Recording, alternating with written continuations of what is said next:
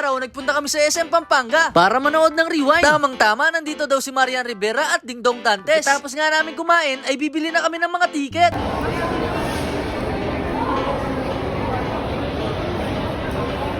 Sa sobrang mabenta nitong pelikulang Rewind, sold out la agad ang mga tiket. Kaya kung gusto nyo rin manood, magaan nyo na lang pumunta para makapanood kayo mga soy.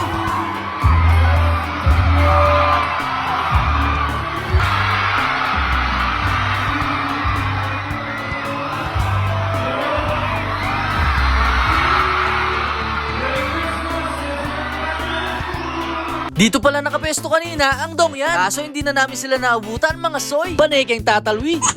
Bumaba na nga kami at pinaglaro muna namin si Baby Audrey. Habang naghihintay kami ng gabi at manonood kami ng fireworks display. Bro. Ano?